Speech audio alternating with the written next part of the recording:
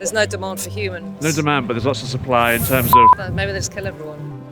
I mean, seriously, I don't know. I think it's scary because now you're talking to me, but maybe I'm not talking to you.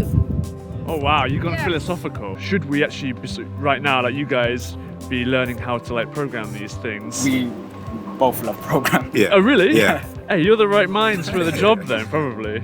There's a research that I read somewhere that by 2030, 20 million jobs would be gone because of AI. A lot of people will just go full off-grid and, tinfoil hats and... Into the wilderness. Yeah, I think there'll be quite a significant divide in that sense. Hiya, welcome to Easy English. Today, I want to know people's thoughts and fears on the world of artificial intelligence. I want to know if and what types of artificial intelligence Brightonians are using today, and if they have any worries about artificial intelligence taking their jobs. Here we go. What is your opinion on artificial intelligence? Like, good or bad? I think it's not good, but it's not bad either, because I think it could help a lot of people out, especially elderly people. So generally, I think that AI can help us to improve the medical industry in a way that it can help us to diagnose people more quickly. What are your thoughts on artificial intelligence? Don't like it. Not a big fan whatsoever. My immediate thought is like it really scares me because I feel like it's taking us further and further away from each other as humans. What do you mean by keeping older people company? Well, you've got these robots. Yeah. And there's a shortage of nurses. And are you a nurse? I'm not a nurse. I work in a laboratory. Okay. Yeah, and I visit people at home and collect blood. Okay. I'm a blood collector, a vampire. How do you call? I don't know how you call it in English. People think that AI is out here to get us. Yeah. However, it is actually, I feel like it's here to also improve our lives. Let us humans do the less mundane jobs and let us do the more exciting jobs that we perceive to do. The fact that people can access knowledge quicker using AI tools, that's I think a positive, and it's making knowledge more accessible or like complex concept more accessible to the greater public. So that's good. There's like jobs that will be taken away from us and it's going to be taken over by computers, and that's like a big disadvantage because then we'll be jobless essentially. On the other side, I can see how interesting it can be and how it can actually allow education to reach people who wouldn't normally be able to access it. There's a research that I read somewhere that by 2030, 20 million jobs would be gone because of AI, and then people need to be reskilled and upskilled. So I would say probably that's a downside, and we need to be careful. I wouldn't say it's necessarily a downside. It's something that we need to be careful about, and then as a society we need to be prepared for. Do you use any artificial intelligence in your life, you think? Not intentionally. I mean, like... That's a good answer. I mean, it's around us and stuff, so it's kind of hard to avoid. Yeah. I mean, like, my housemate has Alexa, if that counts as AI, so... Do you knowingly or maybe unknowingly use it, AI, in certain ways? Like day to day or for work? It would be unknowingly. Unknowingly? Yeah. Probably my complete ignorance. I don't know. That you're relying on it unknowingly? Yeah, I'm totally relying on it. I am actually AI. I tried ChatGPT like I think everyone else for like a basic task, like making like grocery lists and stuff, which was very useful. If you're looking to improve your speaking or listening English skills, then you could consider becoming a member of Easy English with the link up here. We'd like to invite you to join our new Conversation membership, where you get to join myself and Easy and other members in our online Zoom pub. We'll meet every Tuesday for an hour to discuss life, work, pets, music, hobbies, and all other kinds of subjects. There you'll also be able to break off and meet other members who want to improve their English like yourself. So bring your favourite drink and join us in the Easy English online pub for our new Conversation membership. Now back to the episode.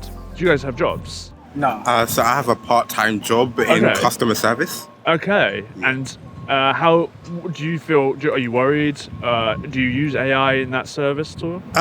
Not particularly. I'm more on the side of I answer phone calls and I get to and then I make small talk with the guests sometimes and take orders. So I feel like that's less at risk. Yeah. Just because of the fact that it involves human communication in the way that we just talk to people in everyday life. I feel like if AI were to replace the job, it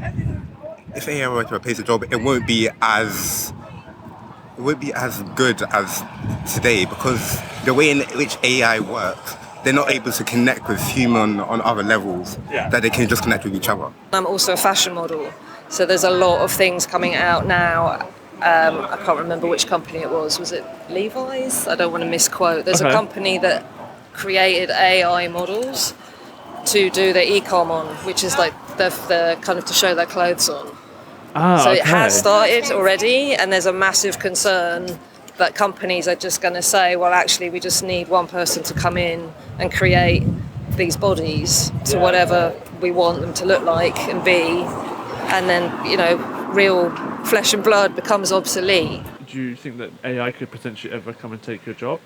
Well, I mean, I work in the hospitality industry, so, I mean, cooking food is still going to need to be done by people, but but there are certain elements to it, obviously. It's already kind of taken a hold in a way, but I don't know. I wouldn't say that, like, I'm fearful for my job per se, but I'm sure there's plenty of people who, like artists and stuff, where they have like the AI photography and stuff. That's pretty dumb.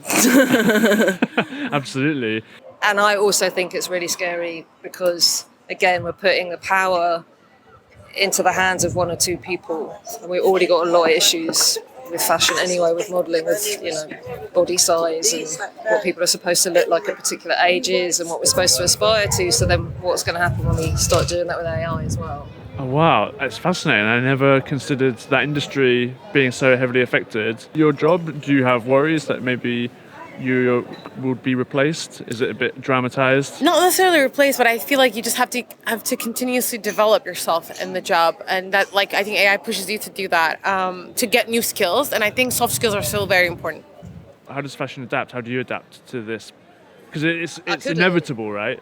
I don't know, because I do also think we are human, and I think we're always going to want to have a hope, human connections. And you'll have that spidey sense when something feels a bit off. Yeah, so maybe there'll be either a shift of some people that are in the real body camp. The tinfoil hat people. Yeah, exactly. And then the other ones who are like, no, I want it all plastic. I think people will always find a way to adjust. I mean, like, people will just find, different sectors, because, there's always going to be maintenance and, creating the technology and stuff like that. So if people want to go forward with that, they can, or a lot of people will just go full off-grid and, tinfoil hats and into the wilderness. Yeah, I think there'll be quite a significant divide in that sense. There could be robots instead. Yeah, okay. Instead of people, they come to your bed and say, "Hey, Mrs. I'm here," and then take your blood. It could be robot vampires. Yeah, robot vampires. Terrifying. Could be a very great band name, though. The Robot Vampires. That's a great one. I remember that from my band. Yeah. Do you play in a band? Not yet, but I will now. Yeah. Okay. Robot Vampires. I'll start with the name and figure out the music afterwards. Okay. That would be great. What do we do in order? We've got all these people. The demand for jobs will be super high, but the actual supply of jobs will be super low. How would you cope with this, like from a cultural, philosophical answer? Do we all, like, universal income was like a suggestion that we all just earn a certain amount now because we're kind of useless? I guess, but they can also like robots will do like some parts of the job, but of course, like there won't be like so many robots to fill in like all of the jobs, right? So there'll still be some people. Yeah. Of course, some people will be jobless, and so the government could like find a scheme and give them some money or something like that. I lived in America for 20 years, and he had it here as well. A lot of with industry moved away to areas and countries that were cheaper, and those people still haven't got jobs. They're in extreme poverty, and nothing's been done to support them or to help. So I actually can't really imagine anyone doing anything to try and counteract it. You just have to look at what's going on now.